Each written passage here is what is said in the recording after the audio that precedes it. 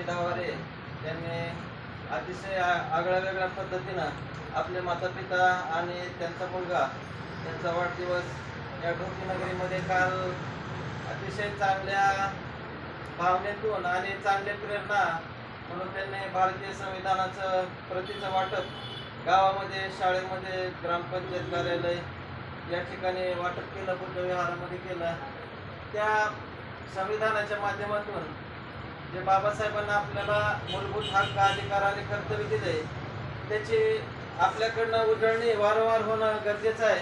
आणि आत्ताचा हा जो काळ आहे तो निश्चितपणाने संविधानावरती आक्रमण म्हटलं तर वावगं ठरणार नाही. अशा काळामध्ये हे संविधान जर त्यांच्या माध्यमातून घरोघरी पोहोचवण्याचं काम त्यांनी केलेलं आहे ते अतिशय वाखाणण्याजोगं.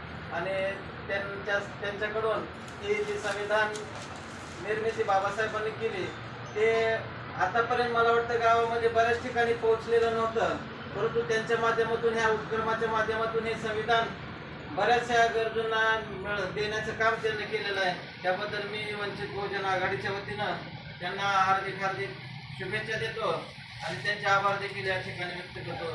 ते आज आपल्या वंचित बहुजन आघाडीच्या कार्यालयामध्ये येऊन हे भारतीय संविधान आपल्या संपर्क कार्यालयाला भेट देत आहेत, तरी त्यांची भेट आपण सर्वांनी स्वीकारावी अशी मी आपल्या सर्वांना विनंती करतो.